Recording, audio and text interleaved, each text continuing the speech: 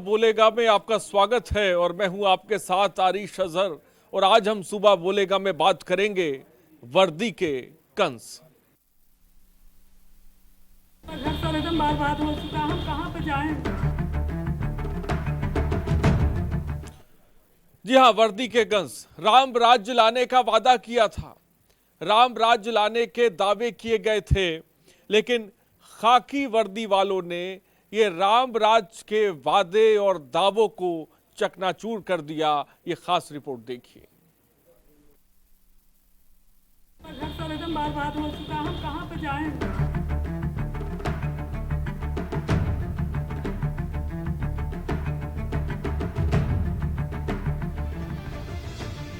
राम राज्य का वादा था, राम राज्य लाने का इरादा था, लेकिन खाकी वर्दी के रावणों ने राम राज्य के सपने चकनाचूर करने में कोई कोर कसर नहीं छोड़ी।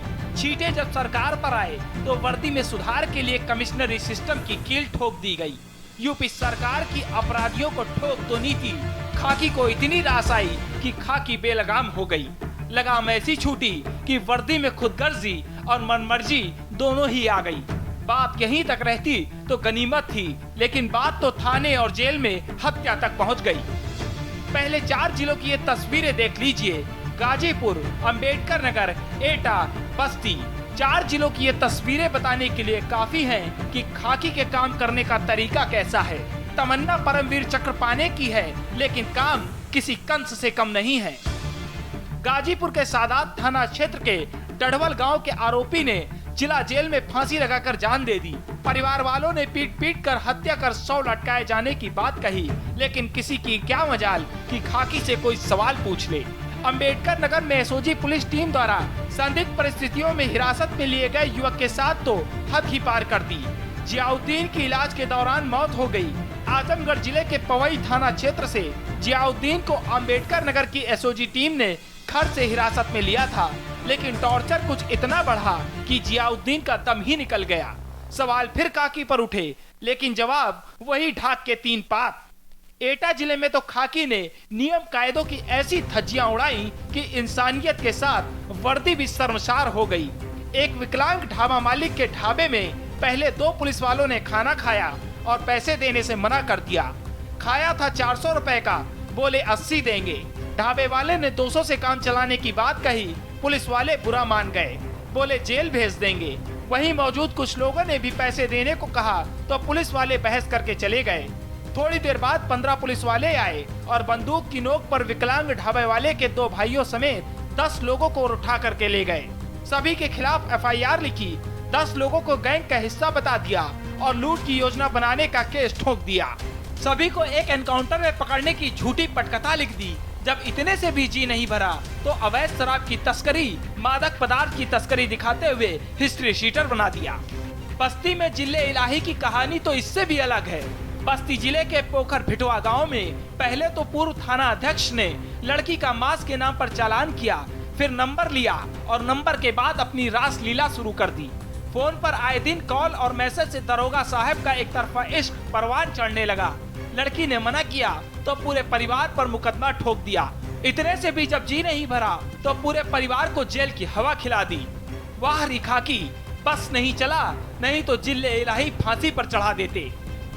ये कुछ तस्वीरें बताने के लिए काफी हैं कि खाकी वर्दी में छिपे हैं कुछ कंस। इनका क्या होगा ये राम राज्य लाने वाले ही जाने। सूबा पूछ रहा है ऐसे कंसों का अंत कब होगा। स्पेशल डेस्क के न्यूज इंडिया। तो उत्तर प्रदेश में ये 4 तस्वीरें, ये 4 खबरें बताने के लिए काफ़ी हैं कि सूबे में खाकी वर्दी किस तरह से काम कर रही है।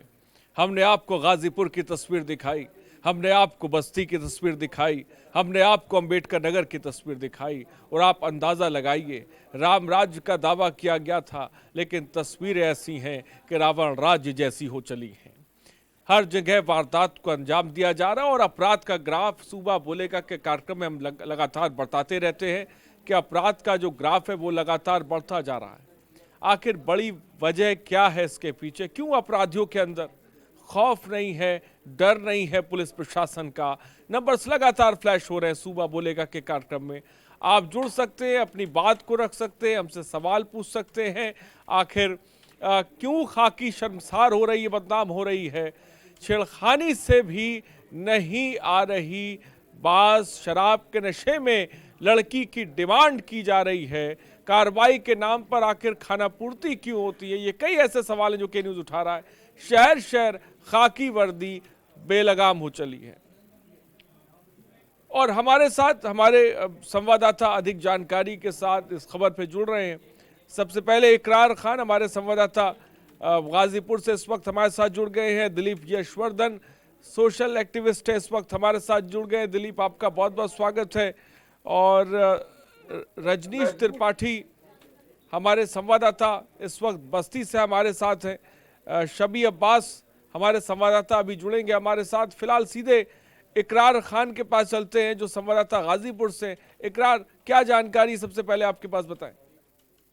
जी, हम बता देना चाहते हैं कि गाजीपुर में 20 से 24 जनवरी को एक घटना घटित हुई जिसमें एक राजभर समाज की लड़की थी जिसका कुछ एक नंद किशोर तिवारी जी थे जिन्होंने उनको जबरदस्ती करने की कोशिश की। उसके बाद उसको न उसमें सक्सेस होने के बाद धार से उस लड़की के ऊपर हमला कर दिए और पिछले दिन उसने जेल के अंदर अपने आप को फांसी लगा के आत्महत्या कर लिया। और साथ ही साथ शबी अब्बास हमारे संवाददाता अंबेडकर नगर से हमारे साथ जुड़े। शबी, आपके पास क्या जानकारी है? कि हम आपको बताना चाहेंगे कि कल जो घटना घटी है, बगल जनपद आजमगढ़ का रहने वाला था जियाउल, उसको स्वाट टीम जो है 3 दिन पहले जो है लेके आई थी पूछताछ करने के लिए। हालांकि उसके ऊपर कोई आपराधिक मुकदमा नहीं दर्ज था और उसको अंबेडकर नगर लेके आती है, किसी को कोई सूचना नहीं देकर यहाँ लेके आती है। उसके बाद उसको मारा जाता है, पीटा जाता है, 3rd डिग्री भी दी जाती है। उसके बाद फिर उसके परिवार से 3 लाख रुपए मांगे जाते हैं कि अगर आप 3 लाख दे देंगे तो हम इनको छोड़ देंगे। लेकिन पिटाई इस कदर की गई कि उसका दम ही निकल गया, मृत्यु हो गया।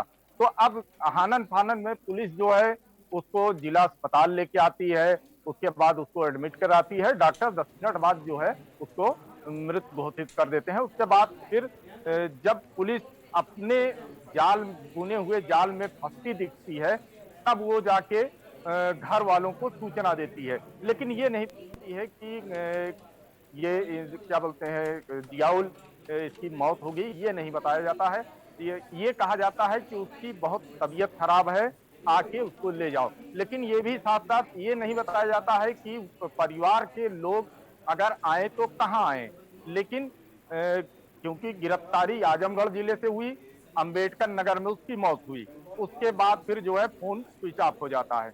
किसी तरीके से वो लोग ढूंढते हुए पूछते हुए अंबेडकर नगर आते हैं तो यहाँ का माहौल, यहाँ का नजारा ही कुछ और था। क्योंकि जो है यहाँ जिला अस्पताल में भर्ती कराने के बाद जब डॉक्टरों ने उसे मृत घोषित कर दिया तो उसके बाद फिर जो है जो स्वाट टीम प्रभारी की पूरी टीम थी, ये लोग वहीं बॉडी छोड़कर चले जाते हैं। जी शबी, अब ये पूरा मामला जिस तरह से टॉर्चर किया जाता है और उसके बाद अस्पताल में मौत हो जाना, क्या ये पूरा मामला आला अधिकारियों के संज्ञान में आया है? किसी तरह का कोई एक्शन, किसी तरह का कोई कार्रवाई किसी खाकी वर्दी वाले पे देखने को मिली है?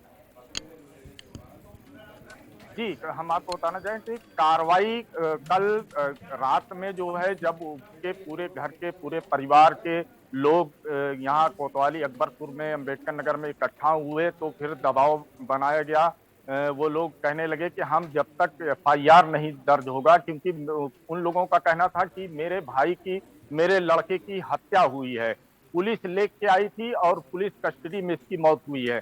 उसके बाद फिर जो है रात में ही आनन फानन में पुलिस ने जो है मुकदमा दर्ज किया, धारा 302, 364 यानी अपहरण और हत्या का मुकदमा दर्ज करके उनको FIR कॉपी दी जाती है। उसके बाद फिर वो लोग उत्सव को पोस्टमार्टम कराते हैं। पोस्टमार्टम कराने के बाद, हालांकि पोस्टमार्टम जो है 3 डॉक्टर की टीम द्वारा जो है किया गया, वीडियोग्राफी हुई, सब कुछ हुआ। उसके बाद फिर शव को लेकर शबी आपको रोकना चाहेंगे। कमल इस बीच एक दर्शक आगरा से हमारे साथ जुड़ गए हैं। कमल, क्या कहना चाहते हैं आप? जी,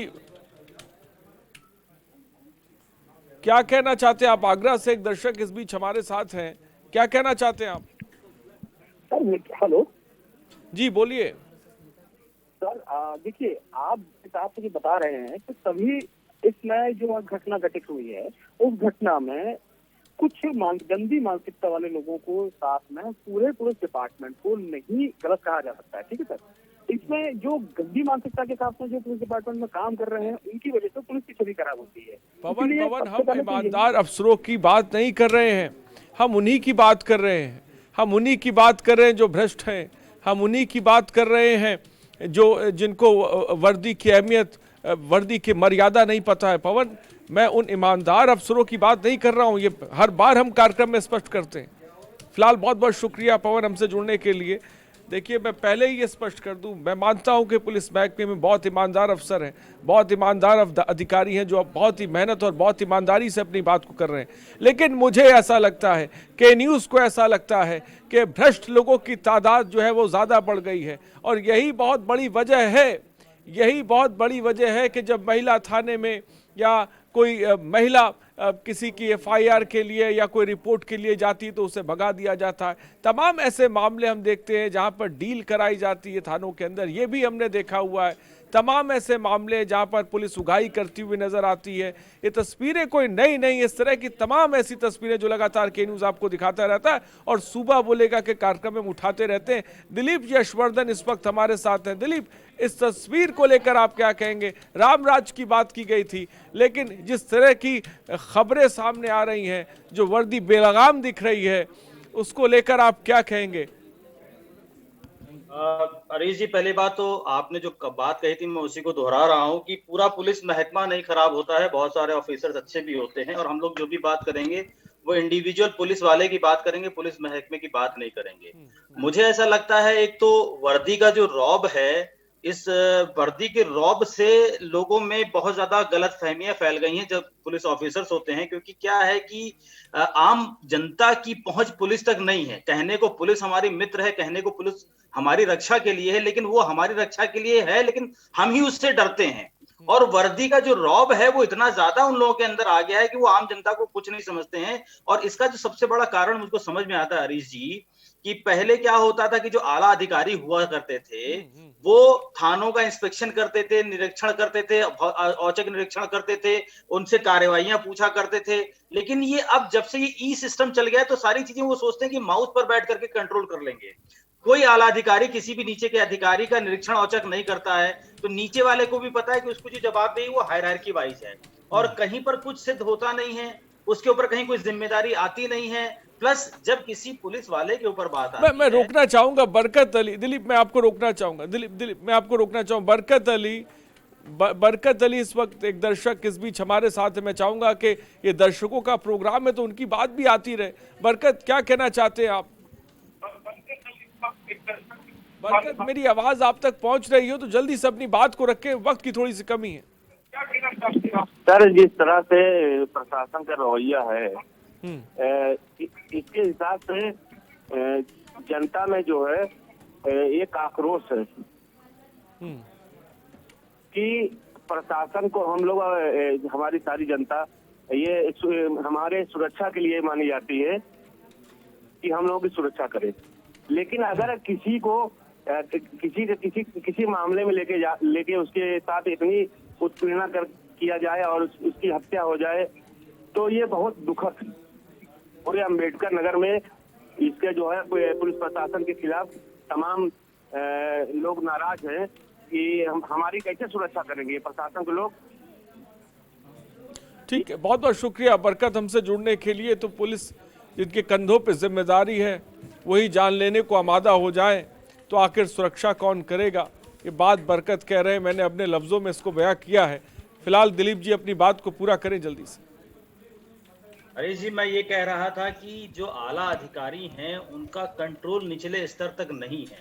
और पुलिस का एक सबसे बड़ा खराब रवैया ये होता है कि वो कभी भी किसी को कहीं से उठा लेती है और उसको दर्ज नहीं करती है, अपने जीडी में दर्ज नहीं करती है, एफआईआर नहीं लिखती है, और जब घर वाले पूछने जाते हैं तो वो चला जाता है, कहीं उसको भगा दिया जाता है, उसको सही से जवाब नहीं मिलता है, एक शहर से उठा करके दूसरे शहर लेकर के चले जाते हैं। इन सब की कहीं कोई मॉनिटरिंग नहीं है, और ये मॉनिटरिंग तब हो सकती है जब ट्रांसपेरेंसी आएगी, क्योंकि एक आम आदमी अगर पुलिस से कुछ पूछना चाहता है तो वो पूछ ही नहीं सकता है, जबकि पुलिस की जवाबदेही है, लेकिन पुलिस अपनी इस जवाबदेही से भागती है और उसको एक इस तरीके से दुत्कार के भगा देती है जैसे वो कोई जानवर से भी बदतर इंसान हो, और कोई भी चीज सही नहीं बताती। इसका सबसे बढ़िया तरीका ये है कि सरकार को यहाँ पर एक सिस्टम बनाना चाहिए कि जब भी वो किसी व्यक्ति को उठाते हैं उसको तुरंत जीडी में दर्ज करना चाहिए, तुरंत एफआईआर नोट करनी चाहिए, और 24 घंटे के अंदर मजिस्ट्रेट के सामने जो प्रस्तुत करने की प्रक्रिया है कानूनी, वो प्रक्रिया किसी भी गेन प्रकार में पूरी होनी चाहिए। और ये तभी हो सकता है जब पुलिस के आला अधिकारी इस चीज का रेगुलर निरीक्षण करेंगे,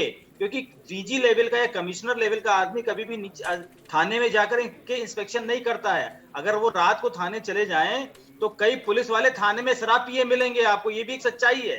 और उसी जगह अगर कोई आम जनता शराब पी करके घूम रही होगी तो उसको वो मारेंगे कि तुम शराब पी करके घूम रहे हो, ये कानूनी अपराध है, और वो नशे में खुद होगा जो शराब पीने वाले को मार रहा होगा।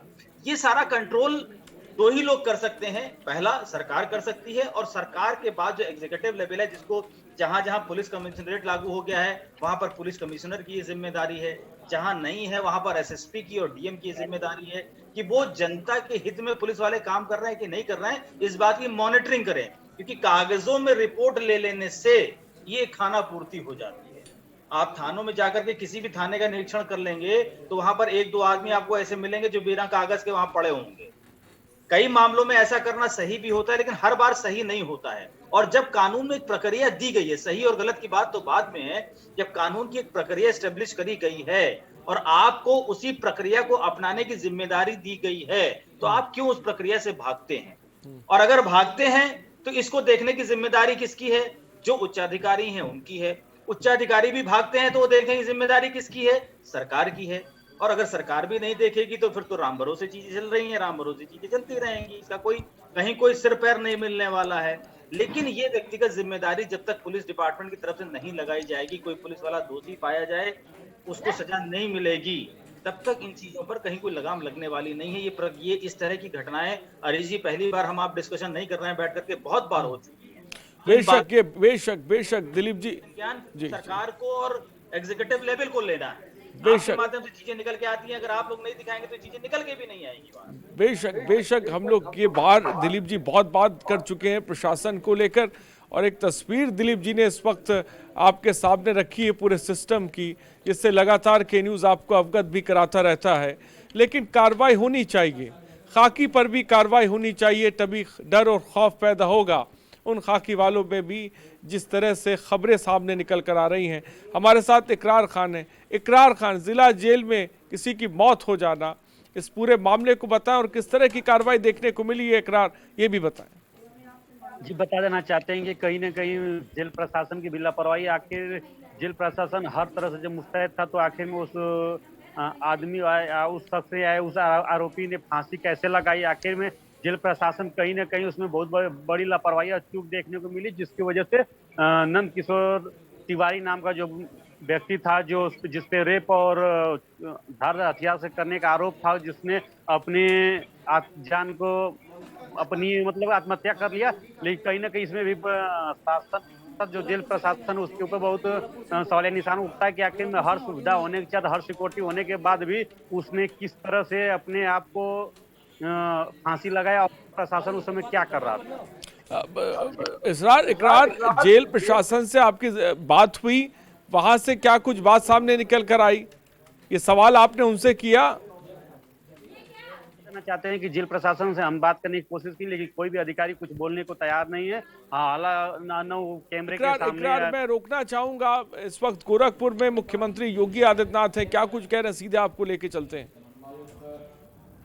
हमारे जिलाधिकारी और अन्य सभी प्रशासनिक और पुलिस के अधिकारीगण, कालीबाड़ी के महंत जी और भारी संख्या में आज के इस गोरखपुर प्राणी उद्यान के लोकार्पण कार्यक्रम में उपस्थित गोरखपुर के उपस्थित सभी भाइयों बहनों, मैं आप सबको गोरखपुर प्राणी उद्यान समर्पित करते हुए मुझे प्रसन्नता की अनुभूति हो रही है। होली के एक दिन पहले गोरखपुर वासियों को, पूर्वांचल वासियों को इस उपहार के लिए हृदय से बधाई देता हूं, वन विभाग को धन्यवाद देता हूं और विश्वास करता हूं कि गोरखपुर प्राणी उद्यान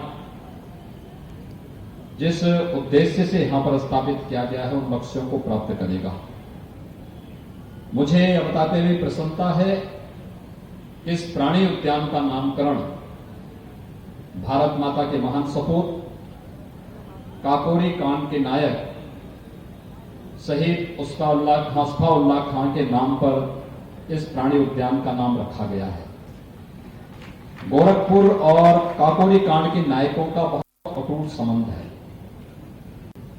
हम सब जानते हैं कि काकोरी कांड की पूरी भूमिका तय की गई थी शाहजहांपुर में और उस भूमिका को तय करने वाले महानायक थे पंडित राम प्रसाद बिस्मिल। पंडित राम प्रसाद बिस्मिल के नेतृत्व में जो योजना रचना तय हुई थी कि अंग्रेज इस देश को लूट करके भारत के खजाने से ही भारत की जनता के खिलाफ षड्यंत्र करते हैं, उनका शोषण करते हैं, उनका अत्याचार करते हैं। इसके लिए तय हुआ कि जो सरकारी खजाना लेकर के लोग जा रहे हैं इसको लूटा जाए और लखनऊ के काकोरी नामक स्थान पर इस खजाने को लूटने की कार्य योजना को अंजाम दिया गया। इसमें पंडित राम प्रसाद बिस्मिल के जो सहयोगी थे उसमें हस्फाउल्लाह खां भी थे, ठाकुर रोशन सिंह थे, चंद्रशेखर आजाद थे,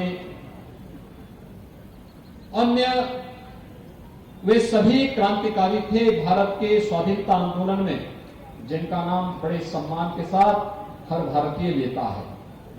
और हम सब इस बात को भी जानते हैं कि अंग्रेजों ने पंडित राम प्रसाद बिस्मिल को गोरखपुर की जेल में ही रखा था और बाद में गोरखपुर की जेल में ही उन्हें फांसी की सजा दी गई थी। पंडित राम प्रसाद बिस्मिल का भव्य स्मारक गोरखपुर की जेल में प्रदेश सरकार ने अभी हाल ही में बना करके तैयार किया है। पंडित राम प्रसाद बिस्मिल, हस्फाउल्लाह खां, ठाकुर रोशन सिंह का स्मारक हम लोग शाहजहांपुर में भी बना रहे हैं और आज मुझे इस बात की प्रसन्नता है कि भारत माता की इस महान सपूत, महान क्रांतिकारी हस्फाउल्लाह खां के नाम पर गोरखपुर के इस प्राणी उद्यान का नामकरण भी हुआ है। भारत माता के महान सपूतों के प्रति भारत की स्वाधीनता के अमृत महोत्सव आयोजन के अवसर पर एक समर्पण का भाव है। मैं इस अवसर पर भारत माता की महान सपूतों के प्रति विनम्र श्रद्धांजलि अर्पित करते हुए उन्हें कोटि कोटि नमन करते हुए गोरखपुर के इस प्राणी उद्यान को उस महान क्रांतिकारी के नाम पर यहां पर रखा गया है। इसके लिए मैं गोरखपुर की जनता का हृदय से अभिनंदन करता हूं, आप सबका स्वागत करता हूं। भाइयों बहनों, हम सब जानते हैं उत्तर प्रदेश का तीसरा प्राणी उद्यान है। इससे पहले लखनऊ और कानपुर में प्राणी उद्यान थे। 24 करोड़ की आबादी के लिए, बच्चों के मनोरंजन के लिए, परिवार के मनोरंजन, स्वस्थ मनोरंजन करने के साथ ही ज्ञानार्जन का भी ये माध्यम है। और मैं तो इस बात को कहता हूं कि केवल मनोरंजन ही नहीं, ये पर्यटन का भी माध्यम है और रोजगार का भी साधन है। हमारे युवाओं के लिए रोजगार का भी एक माध्यम बने, परिवार के लोगों के लिए पर्यटन का भी केंद्र बिंदु बने, बच्चों के लिए ज्ञानार्जन का माध्यम बने और हम प्रकृति और परमात्मा की प्रत्येक कृति के प्रति कृतज्ञता ज्ञापित करने की एक आदत हमारे मन में हो, यह भाव हम सबको देखने को मिलता है। और इसीलिए हम लोगों ने जब इस प्राणी उद्यान का लोगो जारी करना था तो हम लोगों ने इसका जो लोगो जारी किया है वह किया है वयम वन्य जीवे वन्य जीवा आवाम, यानी हम सब वन्य जीव से हैं, वन्य जीव हमसे हैं, हम वन्य जीवों से है। यानी एक दूसरे के साथ हमारा संबंध इस रूप में है कि अगर वन्य जीव किसी प्रकार की क्षति पहुंचती है तो वह क्षति मानव जीवन को भी पहुंचती है। प्रकृति और पुरुष का यह संबंध हम सबको एक निरंतरता दिए हुए है और इस भाव के साथ, एक थीम वाक्य के साथ हम लोगों ने प्राणी उद्यान का ये लोगो जारी किया है। मुझे प्रसन्नता है कि गोरखपुर के इस प्राणी उद्यान में कुछ नई चीजें दी गई हैं। जैसे यहां के सांसद श्री रवि किशन जी कह रहे थे कि 370 थिएटर भी यहां पर दिया गया है, जो 70 सीटर है। आप जाएंगे, बहुत अत्याधुनिक थिएटर बना हुआ है। छोटे से समय के अंदर कैसे प्रकृति के साथ समन्वय आपका स्थापित हो जाता है। एक बार आप जाएंगे तो 70 थिएटर का भी आनंद लेने का अवसर आपको यहां पर प्राप्त होगा। दूसरा, यहां पर अभी मैं जाके देख रहा था, अलग अलग बाड़े बने हुए थे और उस बाड़े में मैं देख रहा था कि कैसे बब्बर शेर घूम रहा था, बंगाल टाइगर भी घूम रहा था और वहां पे अलग अलग जो वन्य जीव थे उनके मन में एक उत्सुकता थी देखने की। आप लोग कल से जब यह प्राणी उद्यान प्रारंभ होगा तो मैं यहां के जिला प्रशासन से कहूंगा कि अच्छा होगा कि स्कूली बच्चों के लिए एक बार तो कम से कम स्कूली बच्चों का टूर आए, सोशल डिस्टेंसिंग और मास्क आदि उनके लिए अनिवार्य करें और स्कूली बच्चों के लिए तो कम से कम अगले 1 महीने के लिए एक पैकेज तय करें कि स्कूली बच्चों के लिए जो स्कूल के द्वारा तय हो, उन स्कूली बच्चों के लिए फ्री में इसकी व्यवस्था जरूर करवा दीजिए। और एक क्रम बनना चाहिए, अलग अलग दिन अलग अलग स्कूल के बच्चों को, और आधा घंटा 1 घंटे का कार्यक्रम बनेगा। एक दिन में 3-4 विद्यालय आ जाएंगे, अलग अलग समय में उनको लेके जाएंगे और जो यहां पर हैंडबिल बनाया गया है या इससे संबंधित जो रिप्लेट बनाए गए होंगे, उन बच्चों को उन प्राणी वन्य जीवों के बारे में जानकारी लेने के बारे में भी प्रेरित करें। और अगर कोई विद्यालय किसी वन्य प्राणी को गोद लेता है तो उस विद्यालय के नाम पर अपने रजिस्टर में इस बात को अंकित करिए कि 1 वर्ष के लिए या 1 महीने के लिए या 6 महीने के लिए इस वन्य प्राणी को फलाने विद्यालय ने गोद लिया है और यहां पर उसकी रसीद कटवा करके उनके नाम पर उस वन्य प्राणी की देखरेख की व्यवस्था हो जाए। तो जैसे कालीबाड़ी के बाबा करते हैं अपने यहां पे, कालीबाड़ी के बाबा पे तो यही करते हैं, अगर किसी को पूजा करानी होती है तो पहले से रसीद कटवा देते हैं। ऐसे ही वन्य प्राणियों के बारे में भी होना चाहिए कि अगर लोग देखने के लिए जा रहे हैं तो लोग जब देखने के लिए जा रहे हैं तो जो भी चाहे कि मैं उसको गोद लूं तो स्वाभाविक रूप से आप उससे लिपट तो नहीं पाएंगे, क्योंकि अगर शेर से लिपटने के लिए जाएंगे तो आप जानते हैं कि उसका क्या स्थिति होगी। इसलिए वह एक तरीका है कि यहां पर आपका नाम नोट होगा, आपने उस प्राणी को गोद लिया आपके नाम पर 3 महीने 6 महीने 1 वर्ष के लिए, उस प्राणी की देखभाल आपके नाम पर प्राणी उद्यान से जुड़ी हुई व्यवस्थापक यहाँ की जो प्रबंध समिति है वह करती हुई दिखाई देगी और गोरखपुर का प्राणी उद्यान बहुत अच्छे ढंग से आगे बढ़ता हुआ दिखाई देगा। मुझे बताते हुए प्रसन्नता है कि अब तक 151 वन्य जीव इस प्राणी उद्यान में आ चुके हैं। इस संख्या को हम लोग लगभग 400 तक पहुंचा रहे हैं। बहुत सारे आ गए हैं, कुछ आने वाले हैं, कुछ रास्ते में हैं, लेकिन दीपावली के पहले गोरखपुर वासियों को कुछ नयापन मिलना चाहिए, एक नई ताजगी, एक नयापन का एहसास हो और ये नएपन के एहसास के लिए आप पूर्वांचल वासियों को ये जू उपलब्ध हो रहा है, ये प्राणी उद्यान उपलब्ध हो रहा है। इसके लिए मैं गोरखपुर और पूर्वांचल वासियों को हृदय से बधाई देता हूं, अपनी शुभकामनाएं देता हूं और विश्वास व्यक्त करता हूं कि विकास के जिस पथ पर गोरखपुर ने अपनी यात्रा प्रारंभ की है, इस यात्रा को निरंतरता बनाए रखने की आवश्यकता है। हमारा भी दायित्व बनता है। 2-3 चीजों का ध्यान बहुत आवश्यक है कि जब हम प्राणी उद्यान में आए तो पॉलीथीन और प्लास्टिक की किसी भी चीज का इस्तेमाल न करें। दूसरा, आग्नेय अस्त्र शस्त्र का, किसी प्रकार के हथियार, पटाखे या पालतू जानवरों को लेकर के भी अंदर न जाएं। जानवरों को चिढ़ाने की आवश्यकता नहीं, उसे देखिए, प्रकृति की इस कृति को देखिए, उसका आनंद लीजिए। प्रकृति ने क्या क्या अनमोल रत्न दिए हैं इस धरती पर, और फिर उसकी अनुभूति करिए। किसी भी प्रकार के परिसर की किसी सार्वजनिक चीज को नुकसान मत पहुंचाइए।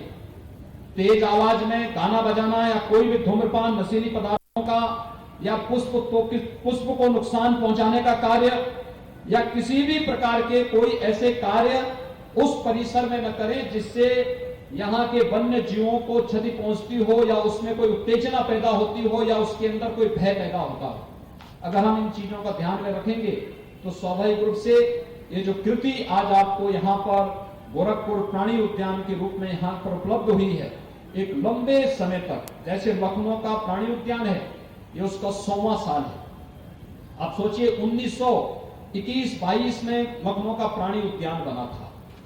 आप सोचिए उस समय लखनऊ कितना छोटा रहा होगा, लेकिन आज भी उसकी प्रासंगिकता उसी रूप में है और अपनी भव्यता के लिए, दिव्यता के लिए, मनोरंजन के लिए, ज्ञानार्जन के लिए, पर्यटन के लिए, रोजगार के लिए निरंतर नए लोगों को प्रेरित करता रहता है।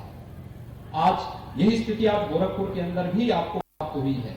भाइयों बहनों, गोरखपुर को जो ये चीज आज उपहार स्वरूप होली के एक दिन पहले मिली है, मैं होली के इस अवसर पर आप सबको इस प्राणी उद्यान को समर्पित करते हुए होली की हृदय से बधाई देता हूं, होली की शुभकामनाएं आप सबको देता हूं।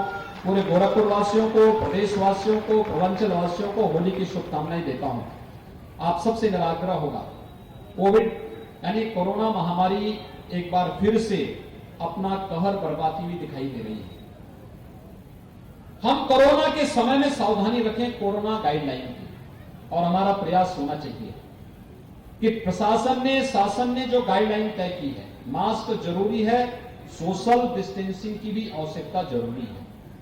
हाई रिस्क कैटेगरी के लोग सार्वजनिक स्थानों पर जाने से बचें, खासतौर पर 10 साल से कम के बच्चे, 60 साल से ऊपर के लोग, या जो किसी बीमारी से ग्रसित हैं पहले से, गर्भवती महिलाएं, ये सभी लोग सार्वजनिक स्थानों पर, भीड़ भाड़ वाले स्थानों पर जाने से बचें। हाथ को बार बार धोना, मास्क को लगाना, सोशल डिस्टेंसिंग का पालन करना, ये तो हम करें ही, साथ साथ वैक्सीनेशन का कार्यक्रम चल रहा है। वैक्सीन लगाने की कार्रवाई को हम 60 साल से ऊपर वाले लोग तो तत्काल वैक्सीन लगा के अपनी रजिस्ट्रेशन करवा करके वैक्सीन जरूर लगवा लें। और 1 अप्रैल से प्रधानमंत्री जी ने 45 साल से ऊपर के लोगों को भी वैक्सीन लगाने के साथ जोड़ रहे हैं। और मैं आप सबसे आग्रह करूंगा कि प्रशासन के साथ तालमेल बिठा करके 1 अप्रैल के बाद अपनी पारी लगने आने के साथ ही वैक्सीन जरूर लगाएं, लेकिन सावधानी जरूर बरतेंगे। इस विश्वास के साथ होली में सावधानी और सतर्कता के साथ इस आयोजन के साथ आप सब जुड़ेंगे। आपको गोरखपुर प्राणी उद्यान विकास की एक नई पहचान के रूप में, पर्यटन और रोजगार के एक नए अवसर के रूप में आप सबको प्राप्त हुआ है। मैं इस अवसर पर एक बार फिर से आप सभी को हृदय से बधाई देता हूं, शुभकामनाएं देता हूं। गोरखपुर वासियों को एक बधाई और शुभकामनाएं के साथ वन विभाग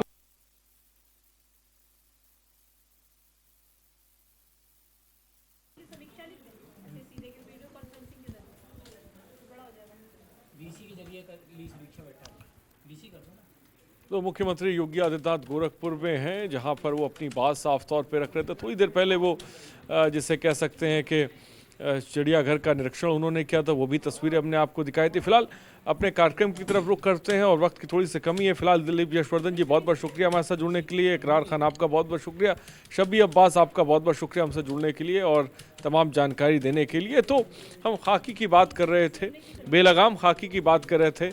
ये बेलगाम खाकी पर लगाम कब लगेगी, ये अपने आप में बड़ा सवाल है। सुबह बोलेगा में इतना ही, बने रहिए हमारे साथ। नमस्कार।